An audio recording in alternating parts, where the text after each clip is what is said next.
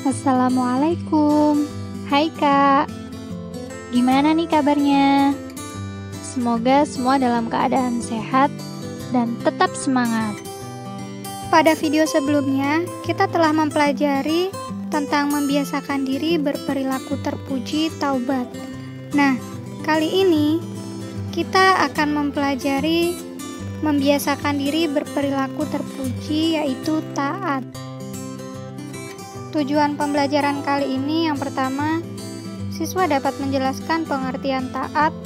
Yang kedua, siswa dapat menjelaskan dalil perintah taat. Yang ketiga, siswa dapat menjelaskan bentuk-bentuk ketaatan kepada Allah Subhanahu wa Ta'ala dan Rasul-Nya. Yang keempat, siswa dapat menjelaskan dampak positif perilaku taat. Dan yang kelima, siswa dapat membiasakan diri taat kepada Allah Subhanahu wa Ta'ala dan Rasul-Nya. Nah, sebelum Ustazah memaparkan materi lebih lanjut, marilah kita sama-sama membaca basmalah. Bismillahirrahmanirrahim. Langsung saja ke poin yang pertama, yaitu taat. Taat adalah salah satu akhlak yang harus dimiliki oleh setiap insan yang beriman. Apabila seseorang menyatakan dirinya beragama Islam, maka ia wajib taat terhadap ajaran-ajaran agama Islam. Namun, jika ia mengaku beragama Islam tetapi tidak taat terhadap ajaran-ajaran Islam, maka keislamannya tidak berarti sama sekali.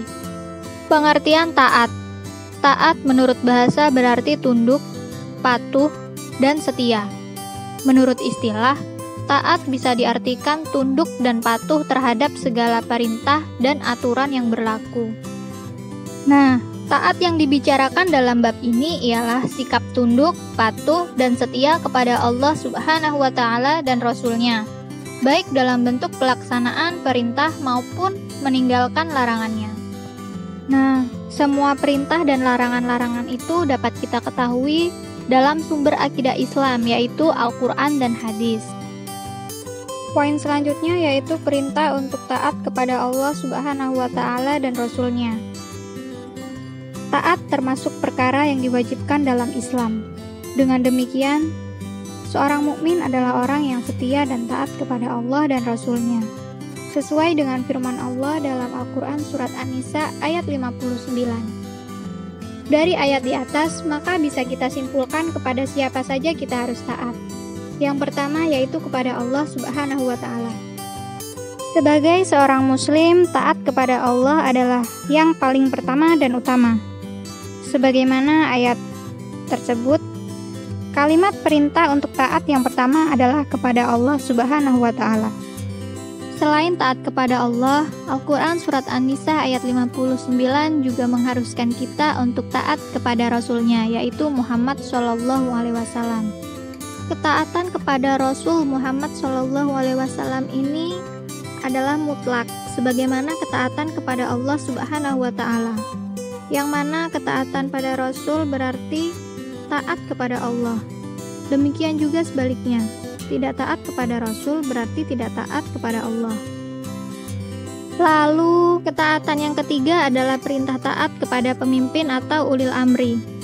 Hanya saja ketaatan kepada pemimpin ini tidak mutlak, tetapi mempunyai syarat, yaitu selama pemimpin tersebut berpegang kepada kitab Allah dan Rasul-Nya. Nah, jika perintah ulil amri itu bertentangan dengan perintah Allah dan Rasul-Nya, maka kita tidak dibenarkan untuk mentaatinya. Poin selanjutnya yaitu bentuk-bentuk atau contoh ketaatan kepada Allah dan Rasul-Nya. Ketaatan seseorang hanya akan terlaksana ketika mereka memiliki keimanan. Jika seseorang benar-benar beriman kepada Allah dan hari akhir, ia akan taat kepada Allah dan Rasul-Nya. Sikap tersebut muncul karena ia mengimani bahwa Allah Maha mengetahui segala sesuatu, baik yang tampak maupun tersembunyi. Sedangkan iman kepada hari akhir akan membuat seseorang berpikir tentang akibat segala perbuatannya yang dilakukan di dunia. Berikut beberapa bentuk atau contoh ketaatan seseorang kepada Allah dan Rasul-Nya dalam kehidupan sehari-hari.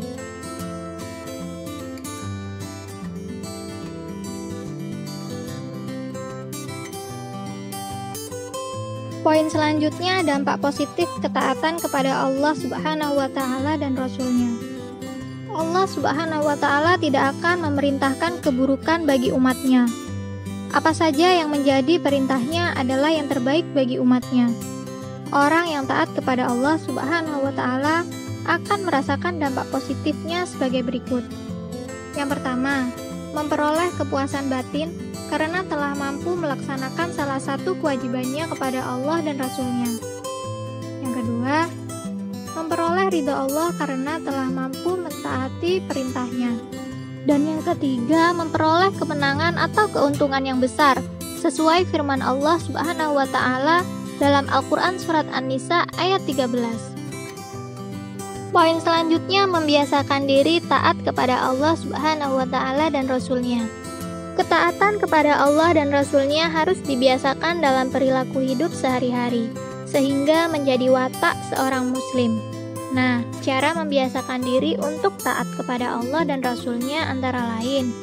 Yang pertama, segera mempersiapkan diri untuk sholat apabila sudah tiba waktunya. Yang kedua, melatih diri untuk disiplin dalam berbagai hal, termasuk belajar dan mengerjakan tugas sekolah. Yang ketiga, selalu disiplin dalam mengikuti tata tertib sekolah baik dilihat guru maupun tidak. Yang keempat, senantiasa menjaga diri agar tidak melakukan hal-hal yang dilarang oleh agama walaupun sedang sendirian atau tidak ada orang lain yang melihat.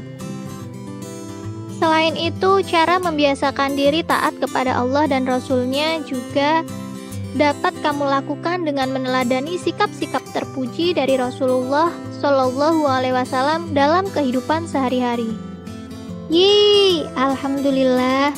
Sekian dulu pemaparan materi dari Ustazah. Mudah-mudahan apa yang Ustazah sampaikan dapat dipahami dengan mudah. Semoga bermanfaat dan sampai jumpa. Wassalamualaikum warahmatullahi wabarakatuh.